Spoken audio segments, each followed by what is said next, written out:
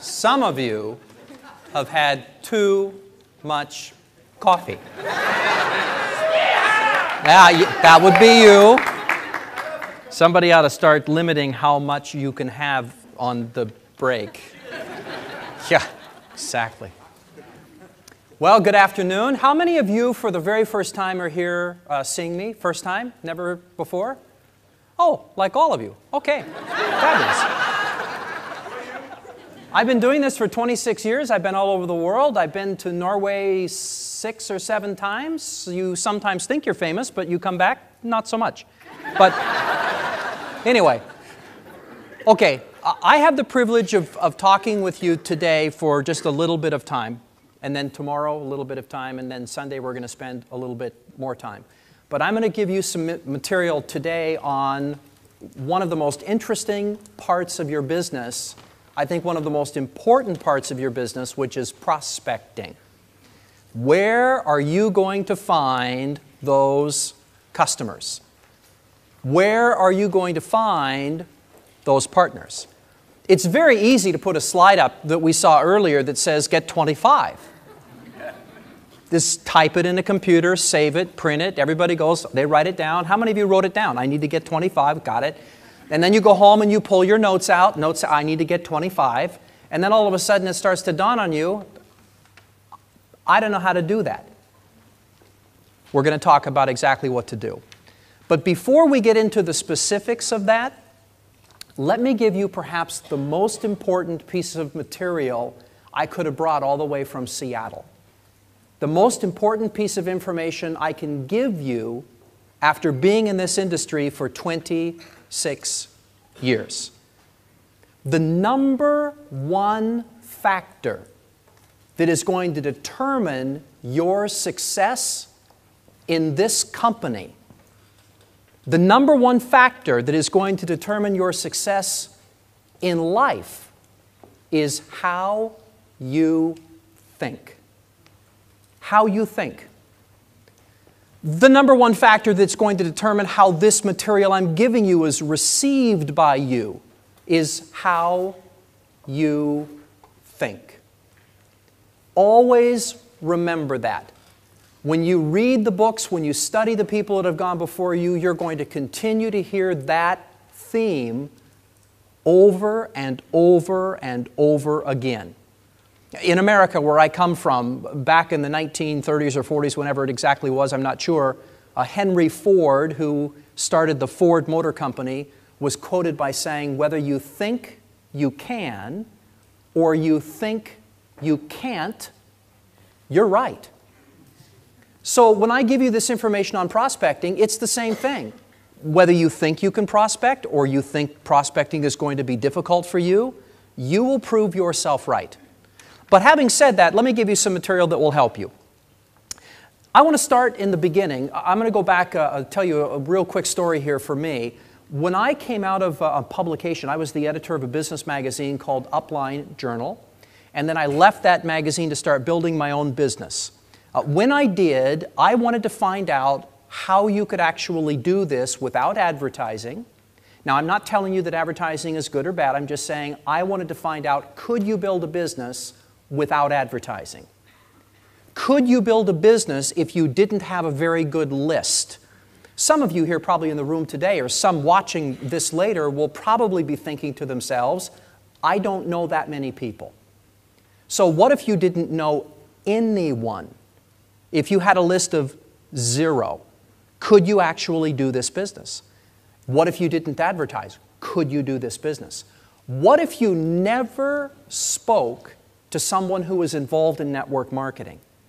What if you found someone who was with another competitive company, you just had a nice friendship with them, maybe you had a nice coffee with them, maybe you got them as a customer, but you never spoke with them about your business?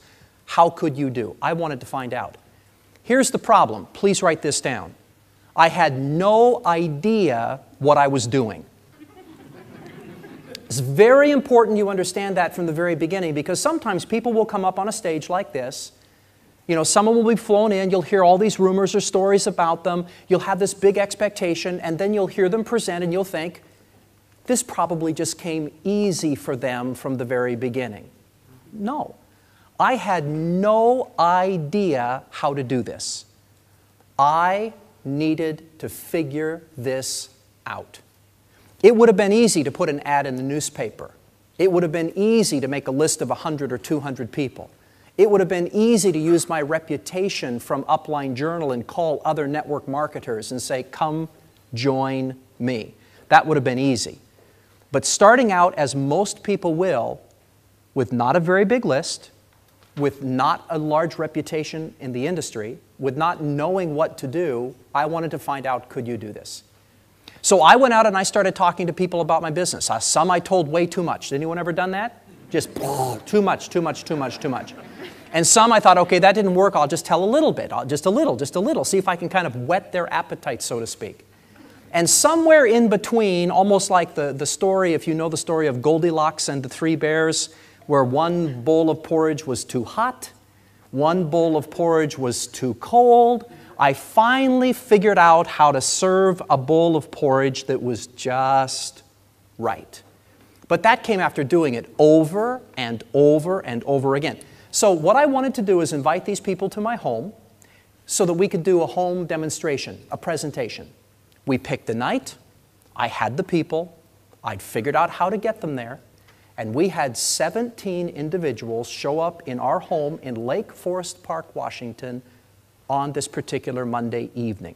It was November of 1993. At the end of the presentation, which, by the way, was broadcast into my home by satellite, so I didn't even give it. All I had to do was turn on the television set, sit back in my living room with these 17 guests, and we all watched television for about 1/2 hour. The presentation was explained to them, the product was explained to them, what they could do to participate was explained to them. It was all done on television. I didn't have to say anything. At the very end of the evening, all I needed to do was pass out the applications, sign them all up, and I was going to be rich. Because they obviously would be able to do this, and others would be able to do it, and so on and so forth. You know what's interesting? At the end of that particular evening, when the very last person left our home, anyone want to take a guess at how many people had signed up? Zero.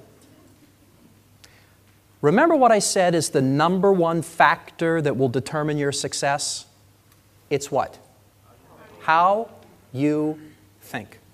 My wife, who some of you have met before, who only stands about this tall, she loves Sweden, it's fantastic. Wow. Anyway, my wife, who is only about this tall, I looked down at her and said, as the last person left our home, those must be 17 of the stupidest people I've ever met in my entire life. What's wrong with these people? Why don't they see it? Why didn't they get it? Why didn't they sign up? The presentation was fantastic. The product was incredible. They were there in my home. They agreed to come. These weren't the people that said they would come and didn't come. They said they'd come and they came. No one joined. Do you know what I learned that night? What I did didn't work. Very simple. So,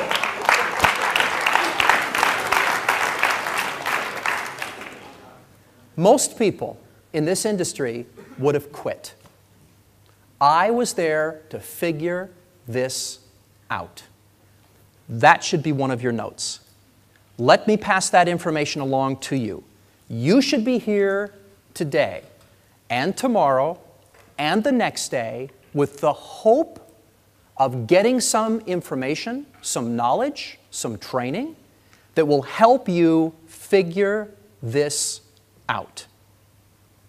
I can tell you in 26 years, I have never learned the magical first sentence. Now, you're going to have Tom Schreider here tomorrow, and if you've not heard Tom, Tom has some incredible first sentences.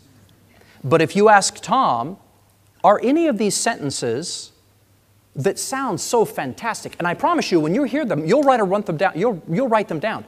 But you'll ask Tom, do all of these sentences work every time with every person? What do you think he will tell you? No.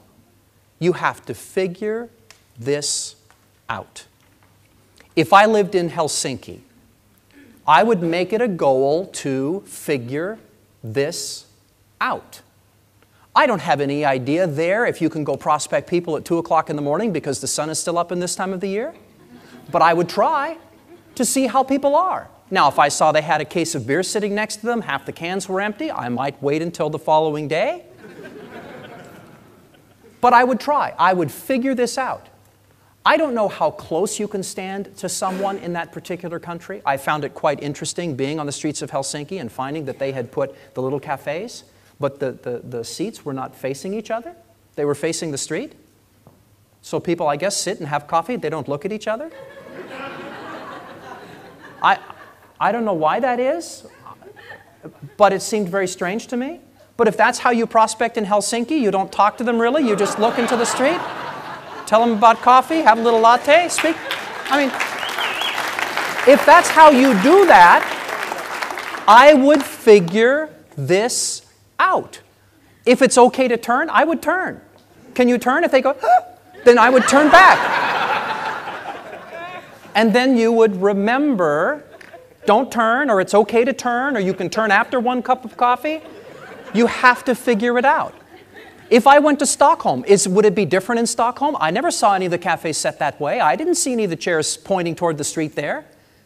Can you look at people in Stockholm and talk with them? I don't know. I would figure this out. That's the problem with most of us, is we want someone to tell us what to do. You give me the words, Michael, I'll go use them. No, I would give you the words and you would go try them. If the words didn't work for you, you'd say, that didn't work for me, and then you'd be right back to where you started. You need to have a mindset, I'm going to figure this out. Now, having said that, let me actually give you a few things that you can do. First of all, let me give you the attitude that you need to have going through this. Very important. If this has not become self-evident already, the attitude is you need to be willing to learn. And you need to be looking for other people that you also believe would be willing to learn. When I met someone, when I was talking to individuals about my business, I never looked at someone thinking, I wonder if they know how to prospect. What I would be thinking in my mind is, I wonder if they would be willing to learn. I will take somebody willing to learn over someone who thinks they know how every time. Because if I found someone who knew how, would they be able to teach others? But if I found someone willing to learn, if they could learn it, they could teach it. Very important to understand those distinctions when it comes to prospecting. Very, very important. The other thing we need to appreciate about prospecting is it's completely unnatural to do this. Which, by the way, is the reason you get paid the money that you get paid. I know a lot of you are thinking, this should be easier. I mean, wouldn't it be fantastic if you could walk out there and every person you'd walk up to, if all you had on was a Zinzino shirt and you walk up to people and they say, I've heard of that before. Do you have those machines? Can I get one from you? I have cash. And you think, that would be fantastic. That would be incredible. All I'd have to do is get up every morning, put on my shirt, walk around, and I would have 25, 30, 40 customers every single day. No, no, no, no. If it were that easy, they wouldn't pay you any money for doing this. Why would they pay you a good amount of money if all you had to do was give them your web address and they would go on their own and sign up, and you would only get a few krooners per customer. They never have to pay you a royalty income. Why would they? If you said, oh, this is ridiculous, they find somebody else who would be willing to wear a shirt, walk around and get 25 customers every day. So prospecting is unnatural. It's not something that you were taught by your parents. In fact, if your parents were anything like my parents, your parents probably told you talking to strangers may cost you your life. Right? Did you ever have parents like that? The father who said children should be seen but not... Oh, okay. My family never came over here. Did yours come over and learn that from my father? Children should be seen and not heard. He also said this, don't speak unless you're... And whatever you do, don't talk to... Oh, brilliant. I'd love to have all of you in my business. Do you realize how deep that programming runs in your mind? Whether you said those words out loud or you just thought them, If you knew that information, it's part of who you are. Now, think about that programming for just a moment. You've been taught by your environment, parents, people you grew up with, whoever it might be, you've been taught by your environment that if someone approaches you and asks you a question, it's perfectly okay to respond. But you've also been taught that for you to go up to someone and to start a conversation would be wrong. And by the way, that's only if the people you're talking to or that are coming up to you are friends. If a stranger comes up to you, run! So now you come to a business like this, someone suggests to you, make a list of everyone you know, you think that's fantastic, you write 4 names down, then they say call these people, and you can't pick up your mobile phone. And it's the new model that weighs nothing, and you're just like, eh. So then you start thinking to yourself, you know, today's Friday.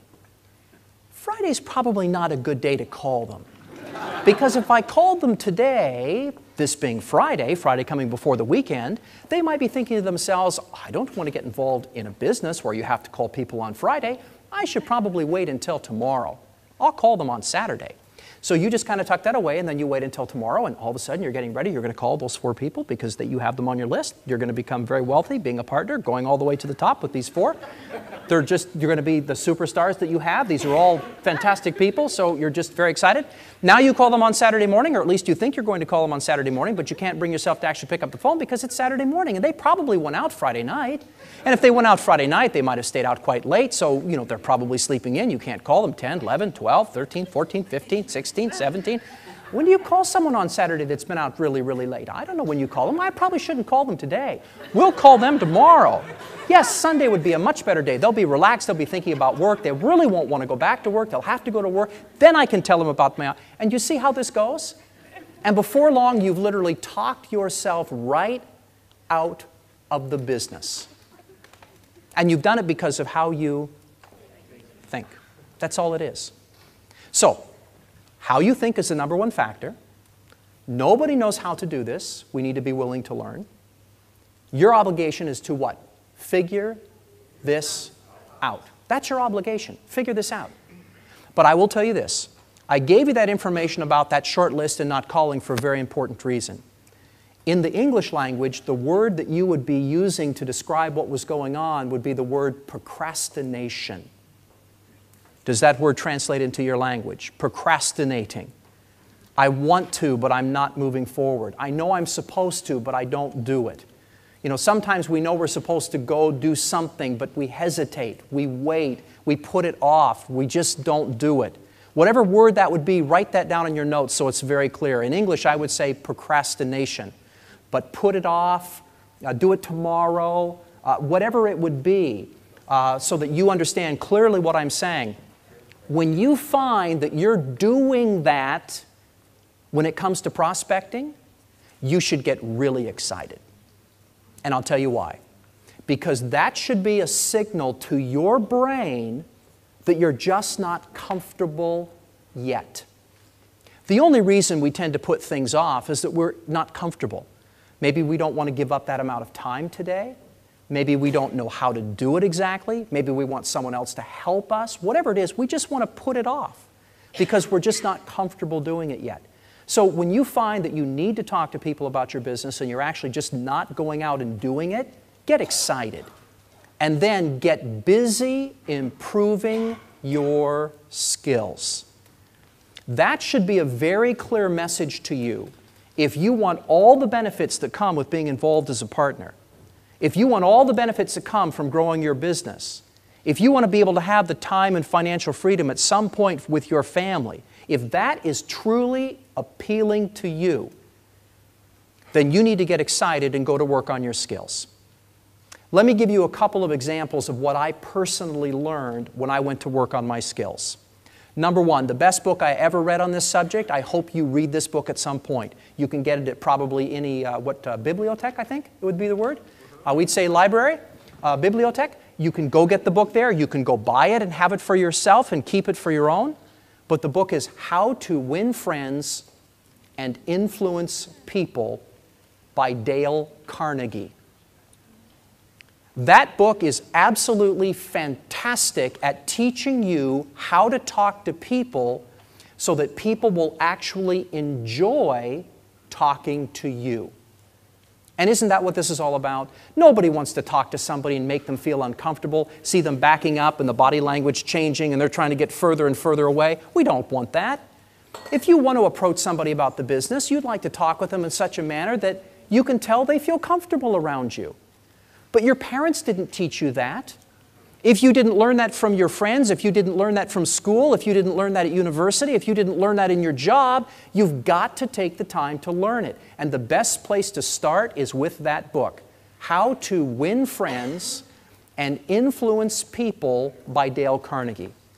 Let me give you the most important piece of information I ever learned from that book. We've been programmed, as I mentioned earlier, not to talk to strangers. Right? But here's what I learned in that book. It's perfectly okay for us to talk to friends. Yes?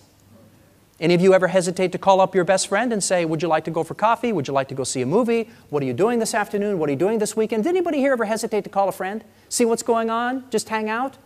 No. Perfectly okay to do that. So what we learn in the book is, when you talk to somebody that you don't know that well, you have to talk with them like they're your friend. How do you talk to your friends?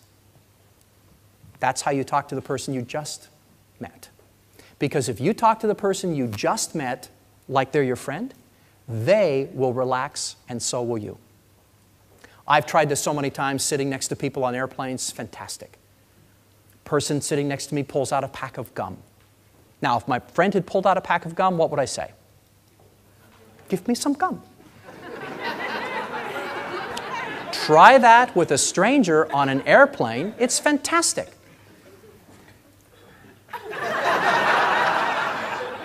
They'll give you gum because no stranger would do that. Only a friend would do that. They won't even hesitate. They'll just, here, I was going to offer.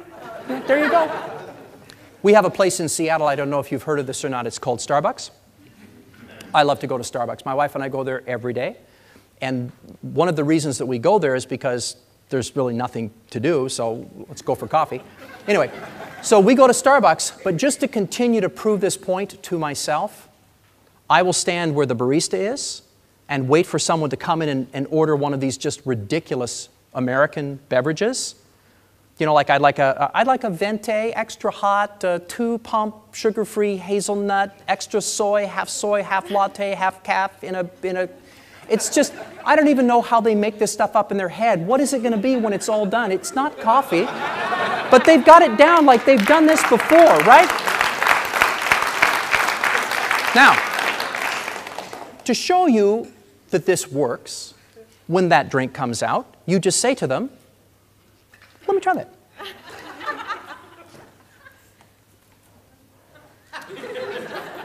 They don't know what to do. Their brain is like, something is not right here. I should not be giving my beverage to this person I don't know. But they don't know how to stop it. They just hand it to you because you've asked like a friend would.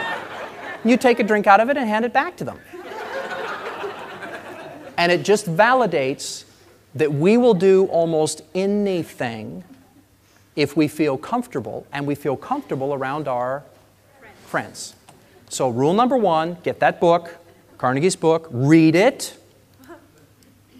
But remember, the most important thing I learned from that particular book is people need to see you as a friend. Most of you that have come up so far and said hello, I don't really know you that well. I might have met you the time before, or might have just met you at this conference, or maybe you've been introduced. But my goal is that if you are one of those individuals that has already said hello, or if you're one of those people who gets a chance to say hello before we're finished, that when you walk away, you feel comfortable. That when you're talking with me, you feel comfortable. That's how I want this to feel. Not very uncomfortable, like we don't know each other and stand and shake hands and how are you and all that. You don't want that. Okay. Now let's get down to the nitty-gritty, I would say. Here's the rule, very simple. If you want to go from where you are in your business and start rank advancing through your company, you need to have this as a minimum daily requirement for your business. 2 new contacts every day. 2 new contacts every day. Now, please write all of this down. I don't want to be misquoted. It's 2 new contacts every day as a minimum. That means the least I can get away with. Minimum. 2 contacts a day. 2 contacts a day. If you take 1 day off, 6 contacts, that's 12 contacts in a week. 12 contacts in a week, 48 contacts in a month, over 500 contacts in a year. Even taking time off for holiday, you'll still have approximately 500 people you'll talk to. There's not one person in this room, I don't care how bad you think you are at this moment in time, there's not one of you in this room that 500 contacts from today, wherever I've caught you, would not have figured this out. 500 contacts from today, you'll know how close to stand to somebody before they feel uncomfortable. You'll know when you're too far away because you will have done it 500 times. And just like that old storybook fable, one being too cold, one being too hot, you will have done both of them. And you will have found this was too close and this was too far away, and you'll figure out about where you can stand that's just right. Unless you're in Finland, then you turn. But you'll know that because you will have been there. 500 contacts later, how many presentations will you have given? 500 contacts later, how many new partners will you have signed or sponsored? 500 contacts later, how many of them will have said, I'm not really interested in the business, but I would very much like to be a customer? 500 contacts later, you'll see your business grow 1 rank, then the next rank, then the next rank, then the next rank. But it takes doing about 2 contacts every day. For me personally, 2 contacts every day, and by the way, I didn't even do 6 days a week because I had a family. I only did about 4 consistently. 2 contacts a day, 4 days a week for me personally over a 10-year period of time, built an organization for myself and for my family that today in the United States has over 80,000 customers. Every month, all of those people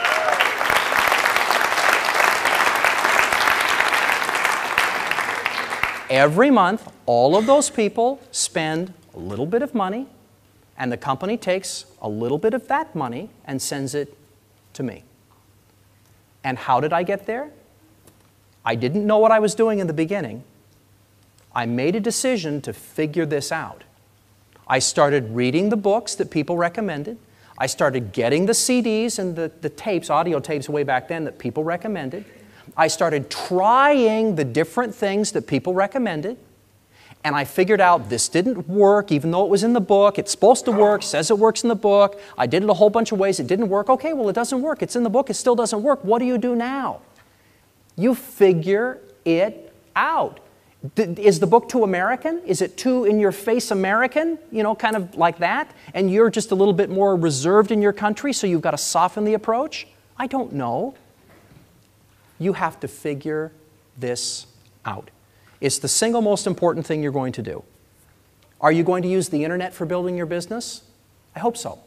I hope you take the time to figure that out. I'm learning Facebook right now. You know what I know about Facebook? Nothing. I know nothing about Facebook. My son, who's 30 years old, said you have to put, I'm really old.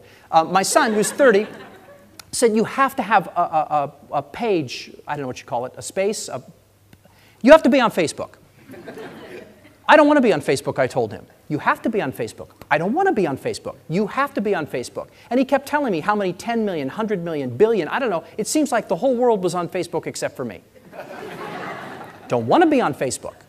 Social networking. I don't want to network anybody. I want to go to Starbucks and have a latte, and I want to find somebody and I want to have a conversation with them. He said, Dad, you are missing out on so much you have no idea.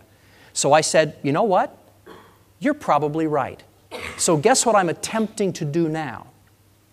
Figure this out.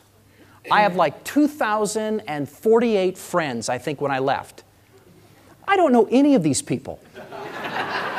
Oh, one of them. Okay. Hey, friend. Hey, friend. Oh, look at you. Oh, my Facebook friends are in this room. That's fantastic. I don't know what to do with the 2,000 people. I'm not building a business anymore. You know, you log on and they want to talk to you. They start popping things up at the very bottom. Hi.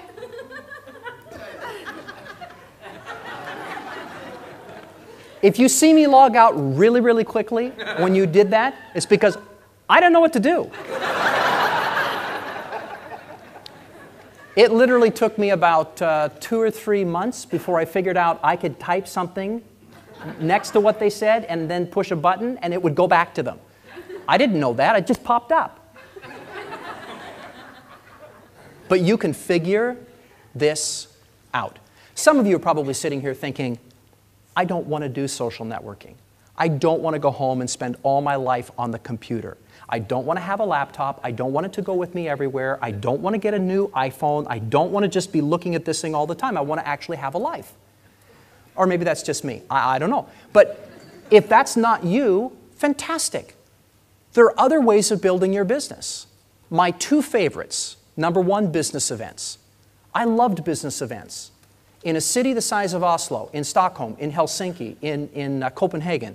You know, you can't do this in really tiny towns. If you live in the middle of somewhere where there's like 8 people and you're one of them, then this won't work for you. But if you're in one of those particular cities or you have partners who are, find out where the business events are taking place and go.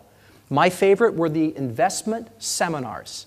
I built my business around the investment seminars because people went to investment seminars to learn what to do with their money.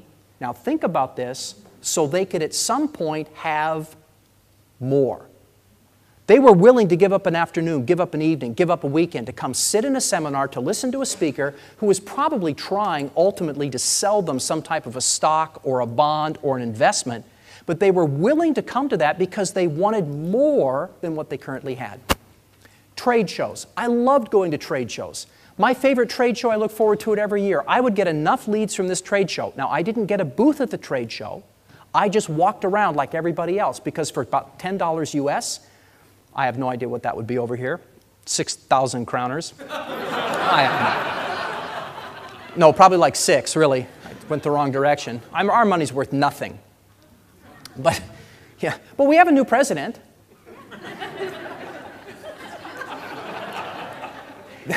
I can tell you I don't have to apologize as much as I once did. I mean, I spent like 4 years, 8 years walking around. I'm so sorry.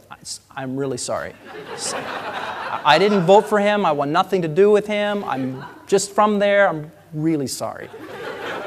Now you travel around, people are like, you're from America. Yeah, I am. It's a different feeling. Anyway.